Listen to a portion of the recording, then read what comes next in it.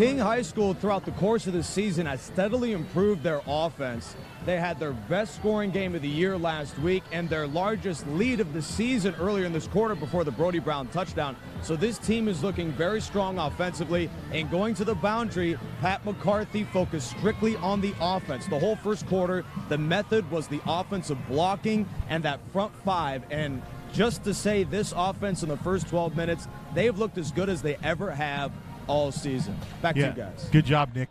Travis Carter, the head coach of Hillcrest, has spoken specifically to his offensive line. Zone blocking, down schemes, and different ways to get that offensive line more involved, especially in the run game. Since the moment he has talked to his offensive line, we saw a long return from Isaac Perez lead to a clipping penalty against Hillcrest and also a Manny Robert fumble. While that may not have been due to the offensive line, it led to the go-ahead touchdown for Notre Vista, and the Braves are feeling good going into the fourth quarter, up 20-13. We'll see how that offensive line plays in the final 12 minutes of regulation, guys. Back up to you.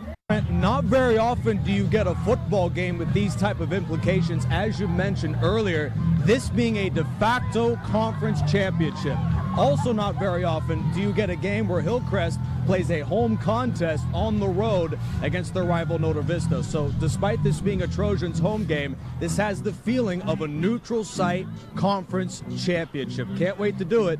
As we get the kickoff going, let's send it back up to you guys. All right. Nick Rice here with John Rice, head coach of the Pauley Bears. 1-point football game. What was your impressions of that slow start and how you guys picked it up later? Well, we got to stop shooting ourselves in the foot. We made a lot of mistakes and stopped ourselves, so we got to pull together, get disciplined, and just do what we do, and we'll come out and play a good second half. King played very well up front. That offensive line looks stout. It looks strong. How do you guys compete with them in the second half? Do what we're doing. Put a lot of pressure on them, move guys around, keep the pressure on them, and make them get into throwing situations where we seem to be having some success. Kings up 14-13 at the half. John Rice and company look to get things together in the second half. Guys, back to you. Good job, Nick. Thanks, Coach.